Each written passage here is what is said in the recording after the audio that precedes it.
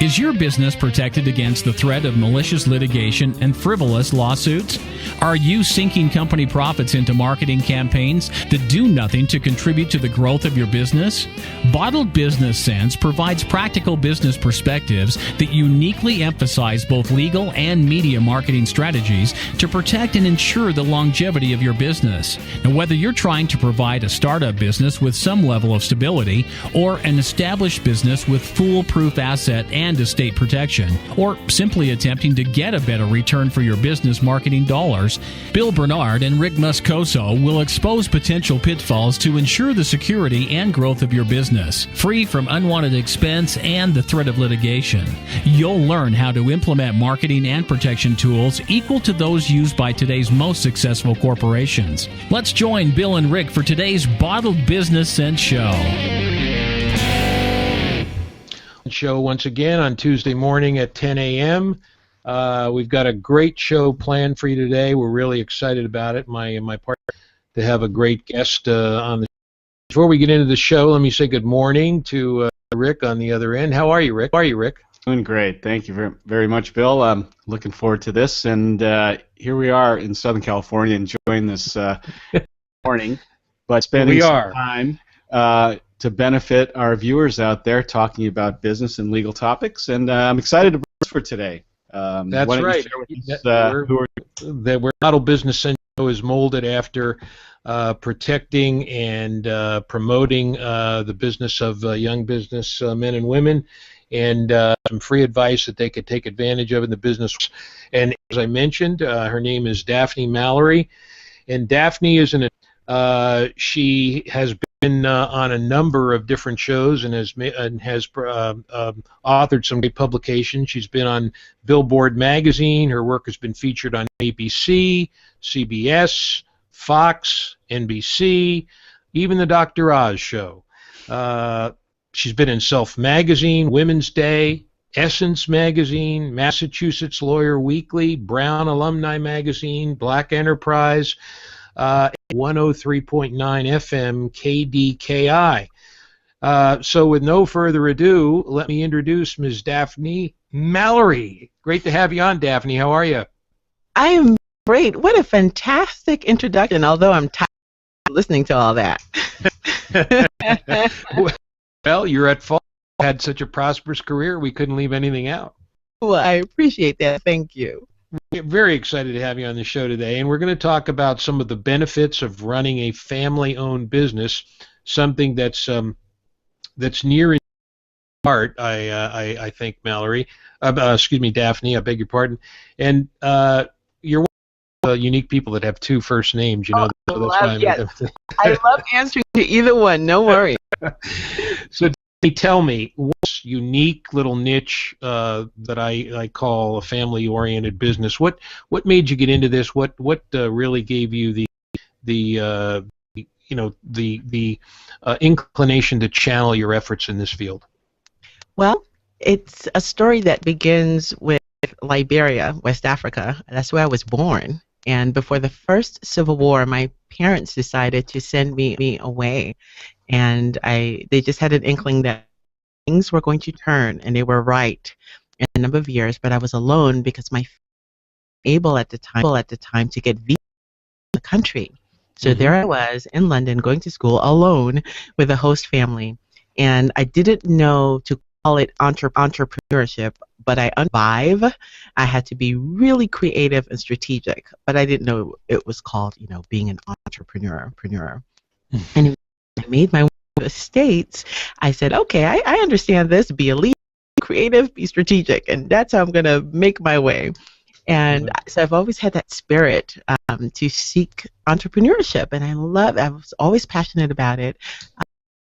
At Brown University, I took 3 majors. I did teaching. I graduated pre-med. I actually was on my way to Duke Medical School at one point in my life, and also did teaching.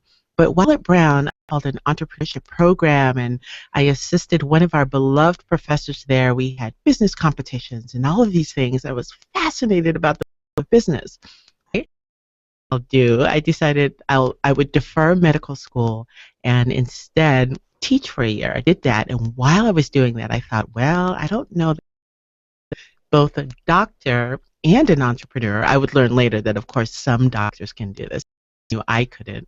So I went to law school, and I did that, and did the large law firm. I clerked for a state Supreme Court, did all of the accolades that you're supposed to do as a young lawyer, did that, but decided that no, it was entrepreneurship. I was passionate about that. When I became a mom, oh my goodness. Well, how do you do this and really put family first? Because I'm sure your listeners understand that you could be in a rat race as an entrepreneur, just like those who are working out there in a career or 9 to 5.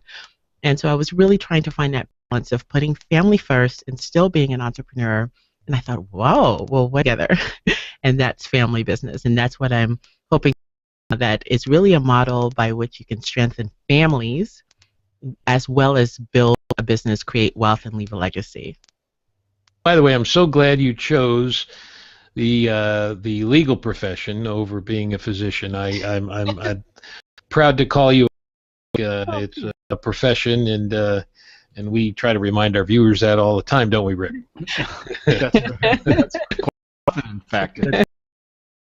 Certainly appreciate again you calling in. I know you're at some distance away, and it's greatly appreciated. Let me just talk briefly about the fact that we have always said on this show, Daphne. Of course, we believe that businesses should have some sort of a formal structure for a number of different reasons. I'd like to make sure that our viewers understand that family businesses don't mean necessarily, do they, that have a family business and the family runs the show.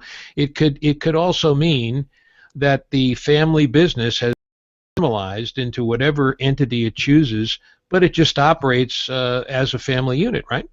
Oh, absolutely. Yes, I would agree with.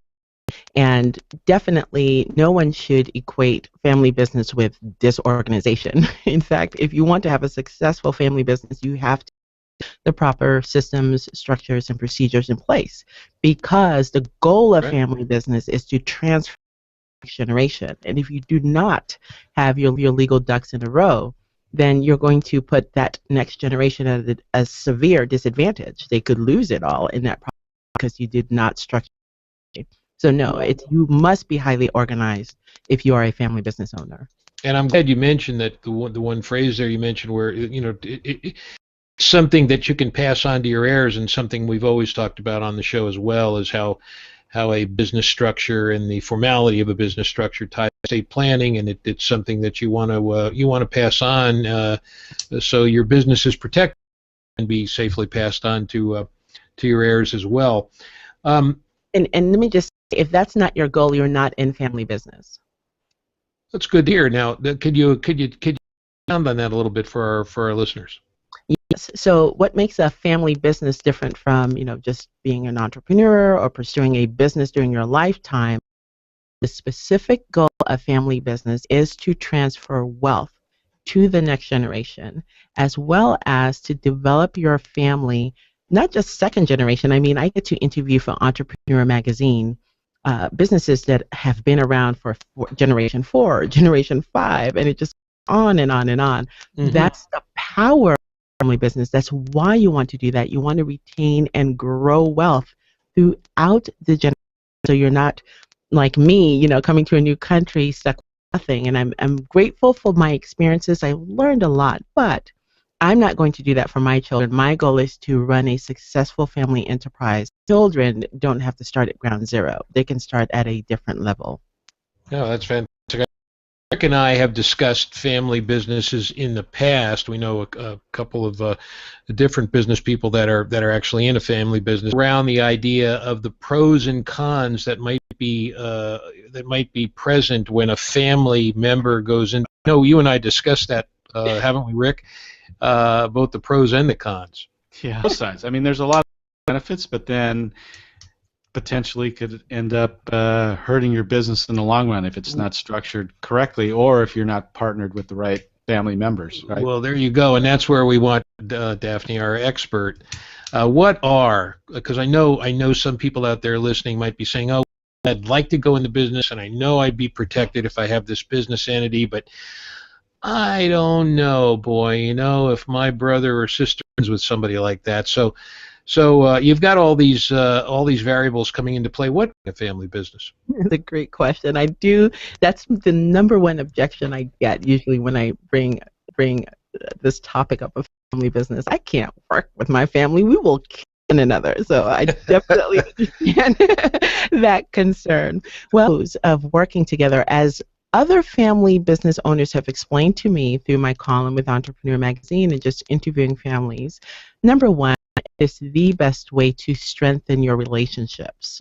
I have spoken to older, younger. That's very interesting.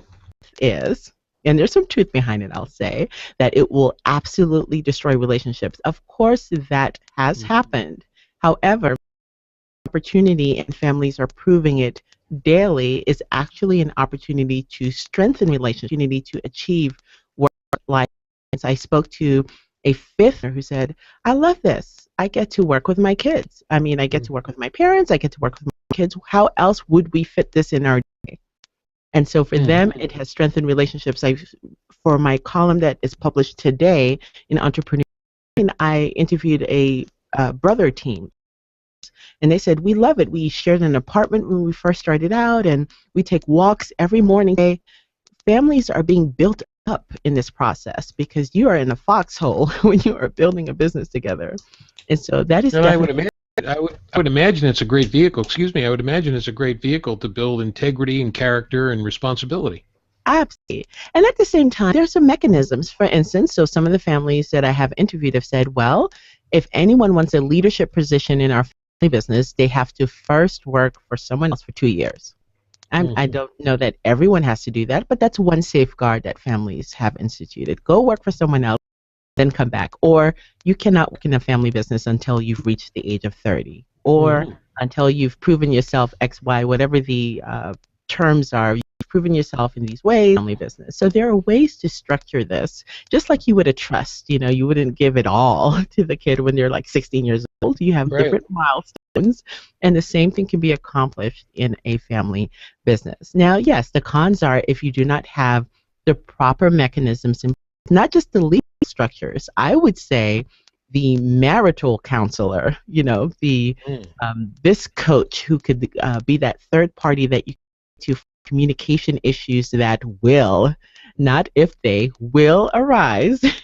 You want to have a third party that you can go to, that you can trust these emotional issues. I actually am also an expert on emotional intelligence, and it's crucial for family business owners that they really develop their emotional intelligence. How do you communicate with one another? How do you manage emotions well in yourself as well as in your family relationships? And so I have heard, as I interviewed, they established a family business council. These were all third-party advisors that they could to be the tiebreaker for decisions, et cetera, et cetera. So there are mechanisms you can put in place. But yeah, the cons would be if you do not put the correct legal, spiritual systems and structures in place, your relationship can suffer because it's stressful. You're sometimes going to bed with your business partner at the end of the day. Yeah. And sometimes those boundaries are hard. You can't. Yes, I agree 100%. Well, before we, speaking of, continue this further because this is fascinating for me, and I do have several other questions. I know Rick does too.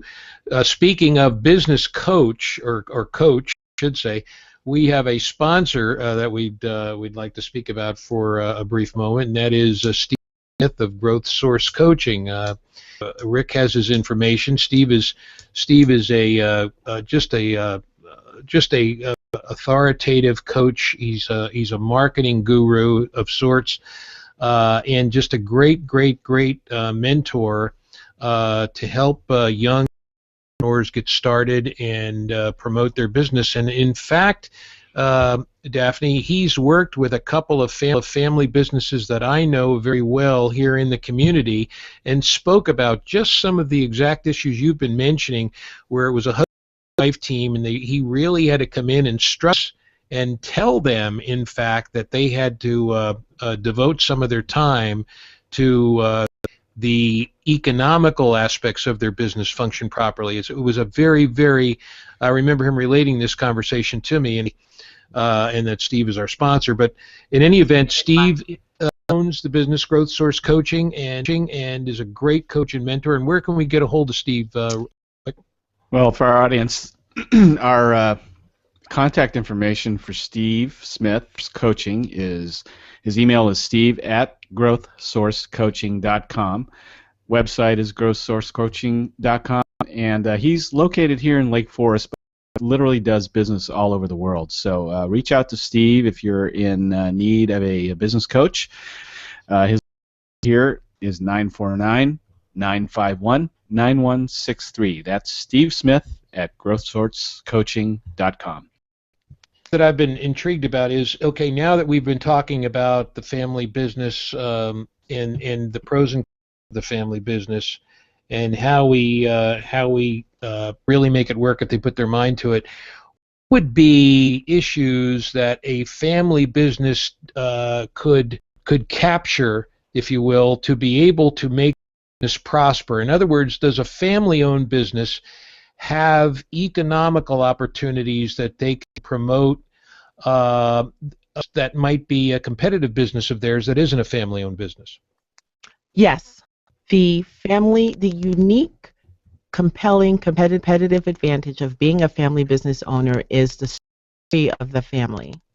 So the fact that you are a family business, actually, I do strongly believe this, and I have seen other family business owners prove this fact, that there is trust. This person is living with their children, their spouse, or are advocating in this space. And if they are doing, they're here to stay, there's loyalty, we can trust them.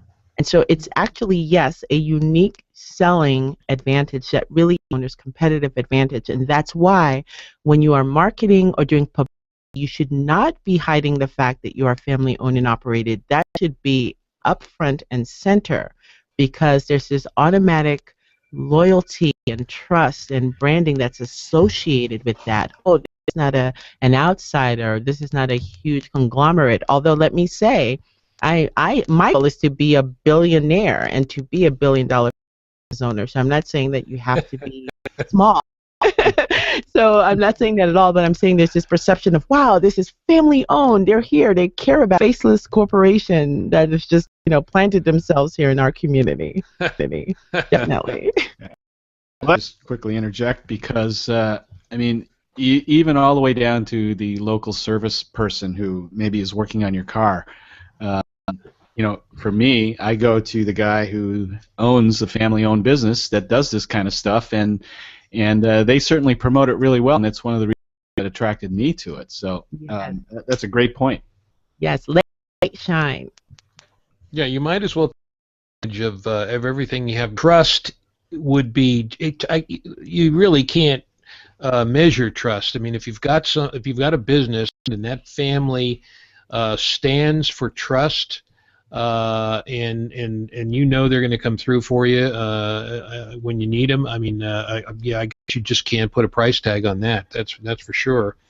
Go ahead, Daphne. To quickly add, so the family business, there's this symbiotic relationship with the community. You have to be on everybody's mind at this point, Daphne, is how it gets started in a family business. In other words, a strategic plan. Not a business plan, a strategic plan. Well, in a strategic plan, you're really focusing on your vision and how to execute your vision, which is very different from a business plan. What is your vision for your family? You don't want to start off talking about or planning your business. You want to start planning your family. We want to be able to transfer this amount of wealth to generations 2, 3, 4, 5. This is doing it through business, through real estate investments, through on and on and on. You come up with your strategic plan around your vision, and then how does that serve your family's purpose, not the other way around. How does the business you end up choosing help you to fulfill in a strategic way? And then you can look at, well, do we want to start from the ground up with do we want to seek a franchise opportunity? I love franchises. If you could find a great franchise system that works for you, great. something so creative. I want to start my own thing. Go for it. Make sure you have your legal structures and systems in place. Make sure you get your copyrights and deal with your intellectual property assets on and on and on and on. And go. So yeah, there are two ways. Start from the ground up. Seek investments, and one of the pros, like you said earlier, of starting a family business, you can get capital from your family. Your first angel investors, your family, even your internal family members. Yeah, we've talked about angel investing many times in a lot of different ways to strike up capital, if you will, when you're starting a business, and that's an excellent point. They could all be a source of income. And parents doing this, their children. Grandparents are saying, you know what, I do believe in you, and I will give you my money that I saved up. And I think I really want to stress this. I think it's important. I'm pretty sure you'll agree. This visionary plan is this visionary plan is so very important. But in addition, this family going into business would, of course, at some point need a sound plan as well, right? I mean, they're going to need a way to the way they're going to proceed, but they're also going to need a way to make sure they understand as well as the business needs. Yes, yes, absolutely. But the strategic plan has to take priority because of the family dynamics. The strategic plan is trying to deal with the family dynamic. Capital does not destroy family businesses. It's lack of communication. It's the other. It's dynamics. It's the divorce. It's the fight. It's the jealousy. It's all of those things. So for a family business, strategic plan that lays out the vision for your family and what impact you want to have in the world, that's even more crucial than the business plan. Mm-hmm. Very, very good. Very good. I like that. I like that analogy a lot. I think it's like a marathon. And we want to keep, Rick and I have always said, our goal one of the goals of the show is always to keep people off the courthouse steps. We don't want them in court. Yeah. The goal is to keep them out, and in this case, we want to keep them off the divorce court steps as well in some cases. Yes. Well, been great, Daphne. You really the show has been just about it. So many people have been wondering about this. Should I start a family business? Should it mean that I can just go off and do this? How do I do it? A lot of emotional support, a lot of business support, a lot of for this. So, if you could you have a way, Daphne, to say, hey, here's my 5 biggest tips, or here's the 5 critical things, or the 10, or the 5. Here's the summary board with this family business. Yes, thank you. I would say number 1, it's going to sound strange, but deal with business where emotions run high. And so emotional intelligence, again, has to do with communication skills, has to deal with team building, how you're interacting with others. Do not downplay that. And for me, as you know, with the legal brain and strategic brain, that was my mistake building a business and a family business. I thought, emotions, schmotions, let me deal with the tactics. And no. I've learned my lesson. Deal with the emotional, get training in it, read on. Then, number 2, understand how investments will impact your business. It's for the family business owner, there's this play between the business itself and the investments that can support the business, help grow the business. As you're trying to build up the business, you need some sort of income coming in somewhere. Mm-hmm. And so some family businesses have used the strategy of real estate investments to support that business building startup phase. And then 3, I would say, decide whether you want to start from, do trial and error. Or if you're later in life, I just wrote for our newspaper a column. I write every week on senior issues, and I wrote a column called Entrepreneurship or Retirement.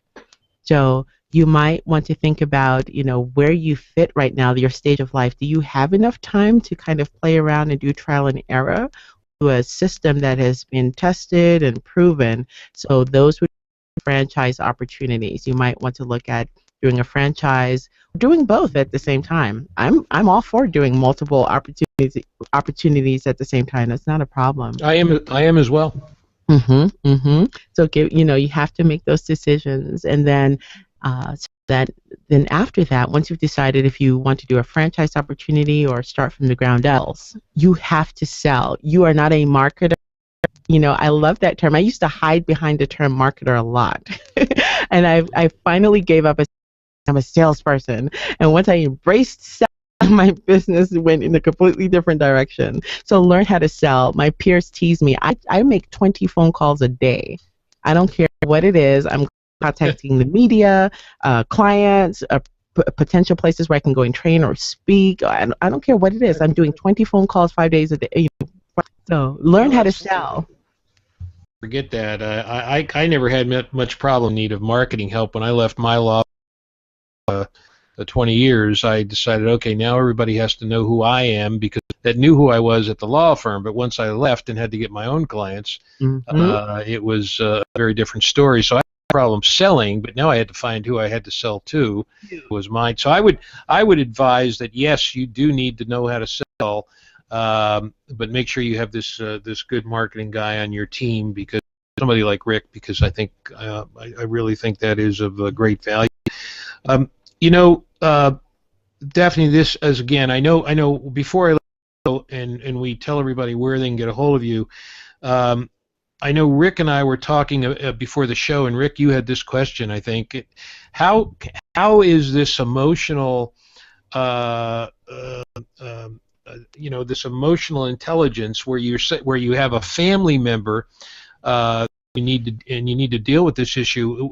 What would happen? Because I got to believe it's the case, Daphne, that you may have a business partner who isn't family related, that you don't have a family-owned business per se, but you still have all this emotional baggage you have to deal with. One guy may be hyper and fly off the handle, where the other person may not. Is there a distinction between this emotional intelligence being outside of a family versus two that are inside of a family? Oh, yes. You're saying, I'm sorry, just to make sure I understand, you're asking, handling emotions because you are in the family unit and working together? Yes, versus the normal emotions that you might have even if you have a business, a family member. Yes, absolutely. And yes, let me answer that question. But let me first say I wanted to make it clear that, yes, marketing is critical and important. It's something I value, and it's something that I use to build my platform. It's absolutely necessary. Mm-hmm. What I'm hiding behind marketing only, and you need to do both. Right. Yes. Right. And so, yes, to answer your question, yes, the emotions are very different when you are dealing with that family member, because we wear masks with other people, right? We don't let them see our true selves. We would never dare say certain things. But when it comes to family, no, there are no masks here. Everything is raw. It's emotional. It takes place after work, at reunions, on vacations. Yes, the emotions fester. They go on and on. They're in all sorts of settings. There's no escaping it sometimes, depending on the relationship. Right. But you're outside in the business world, sure, you can separate. You go to different households, different states. Maybe you never see one another. And you certainly wouldn't say certain things to that person as you would to your family, your blood. Right. That's right. Well, let's hope not, right? I know that you're Rick, on the other end, my partner Rick is very, very, in fact, one of the things I admire about him, he's very family oriented and just is really, really involved in his family. So I know that he can really relate to some of the things you're saying, right, Rick? Really. You got to meet his son Dylan sometimes, Daphne, when you're here in Southern California. He will engage you in a conversation that will make you rethink how the world is. I love.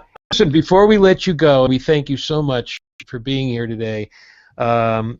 How would people get a hold of you? What's the best way to get a hold of you and about you? Oh, well, I would say go to my Facebook page, Daphne Mallory. Don't forget to add ESQ. There are a couple of Daphne Mallorys out there, but you want to go to Daphne Mallory ESQ on my fan page and like it. I get to post all of my writings around, as well as my thoughts, strategies, etc. Also, my blog, which is daphne.blogspot.com, and you can find all of my postings there on family business. I really am practical and try to deal with strategy, the two best. I'm also on LinkedIn. So check me out on LinkedIn as well.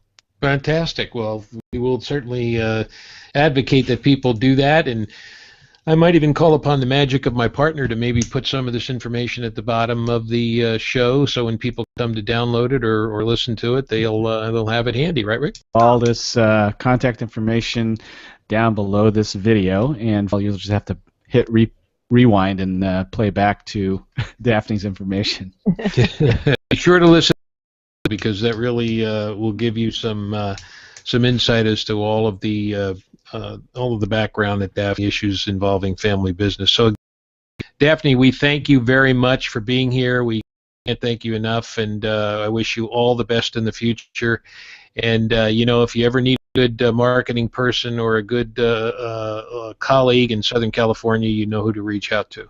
There you go, and thank you both so much for the opportunity. Not a problem. Okay, well, we're going to be back next week, of course, with another great show, and we'll look forward to seeing you again. We're here every Tuesday at 10 a.m. on the BottleBusinessShow.com, where you can see us in simulcast, and we're also on blogtalkradio.com/BottleBusinessShow if you're interested in audio only. And what other information do we need to impart upon everybody before we take off this week, Rick? Well, if you have any questions for Daphne, go ahead and reach out on any of those social platforms, or you can just send it in to us at the bottledbusinessshow@gmail.com. You can also reach the show through us, Facebook, LinkedIn, or send us a tweet at bbcentshow. So again, I learned a lot today, actually a different perspective about the benefits of a family business. It was a perspective that I really so thank you for that. Well, thank you for having me on. I really appreciate it. Okay, with that said, we'll look forward to our show next week. We'll sign off. We want a prosperous week, and make sure that you look toward that family member now with a different point of view. Okay, so until next week, we'll sign off. Rick, take care. Everybody have a great week.